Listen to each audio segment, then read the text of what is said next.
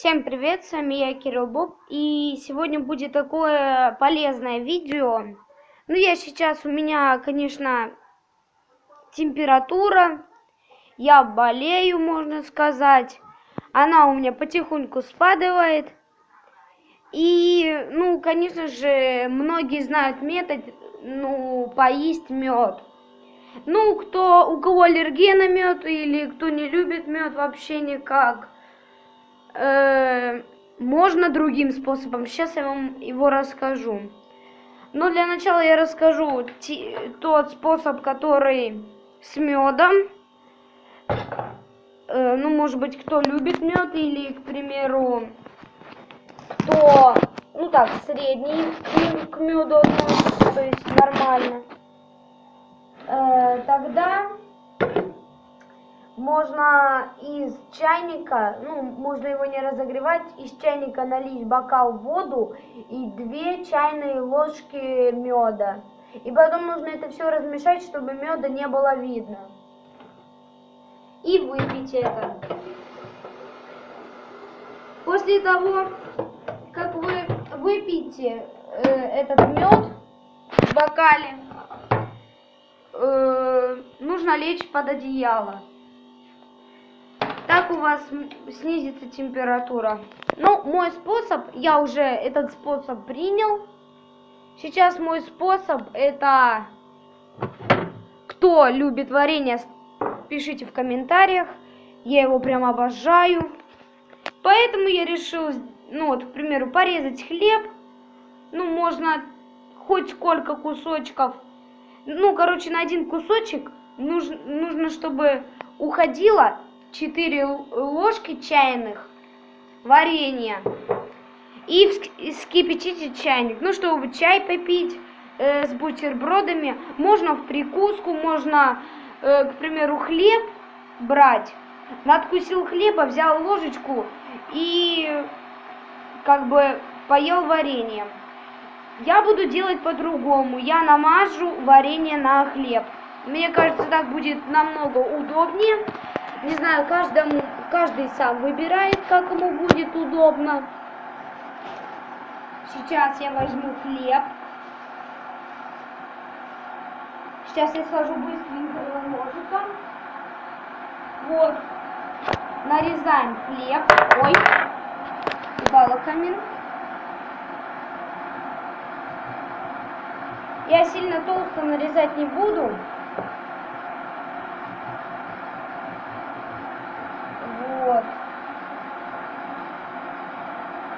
Вот. К примеру, я порежу как? Ой, я тут не до конца дорезал. Не вот такими кубиками. Мне достаточно будет 2 кусочка. Я есть не сильно хочу. Я его порежу еще напополам. Вот он был целый, и я его порезал на вот такие вот кусочки. Всего у меня получилось 4 кусочка. Я порезал 2 хлеба на вот такие вот кусочки. Сейчас мне нужно будет намазать варенье на хлеб. Это легко. Тут ничего сложного нету. Просто берем чайную ложечку. Столовую не нужно. Нет смысла. Берем и намазываем. Сейчас открою банку варенья. Ой, что ж такое? Падает и падает. Тут она липкая со всех сторон. Вот. Блин, вкусно. Значит, буквально вот такие вот 4 ложечки намазывается на хлеб. Чуть-чуть промазал. Он растекается.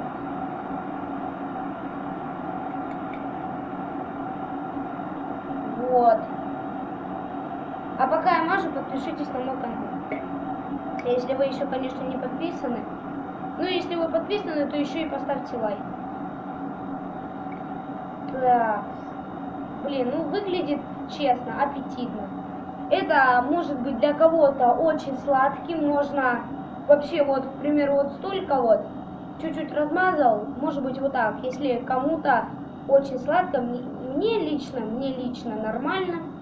Варенье вкусное. Вот последний остался. Уже чайник вскипел. Ай-яй-яй, капает. Чайник вскипел. Так.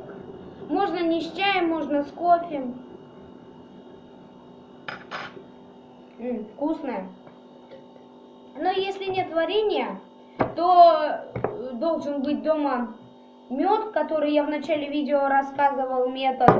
Если нету меда, ну, я даже не знаю. Если у вас болит горло, или, к примеру... ну почему я снимаю это видео? Хочу рассказать, как можно выздоравливать. Сейчас я бокал к себе подтяну. То есть вы можете написать в комментариях, зачем ты это видео заснял. Мы бы и сами могли догадаться. Я снимаю это видео, чтобы, может быть, кто-нибудь это тоже делает. Мне интересно. Напишите в комментариях, кто так выздоравливает. И я хочу показать, как именно я выздоравливаю. Ну, я не буду кофе, потому что я кофе пью только по утрам. Чай. И то сейчас уже вечер. Так. И завариваем.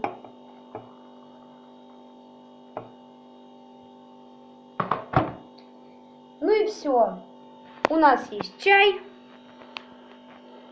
У нас есть бутерброды с вареньем. И еще даже можно в чай добавить меда. Ну, может быть, это будет жирно, но если вы добавлять будете мед, то нужно, чтобы чай остыл. То есть он был не горячий, он не холодный, не горячий, а тепленький такой, чтобы не обжигалось. Потому что если, кто не знает, если в горячую воду или, чай, к примеру, добавить туда мед, то когда вы его будете пить, да, может быть, будете чувствовать вкус меда, но он вам ничем не поможет. То есть он растворяется и ничего не меняется. Это то же самое, что и попил чай без меда. Хотя ты добавлял мед только в горячий чай. Не надо в горячий добавлять чай. На этом все. С вами я был Кирилл Боб. Подписывайтесь на мой канал, ставьте лайки. Всем удачи, всем пока-пока.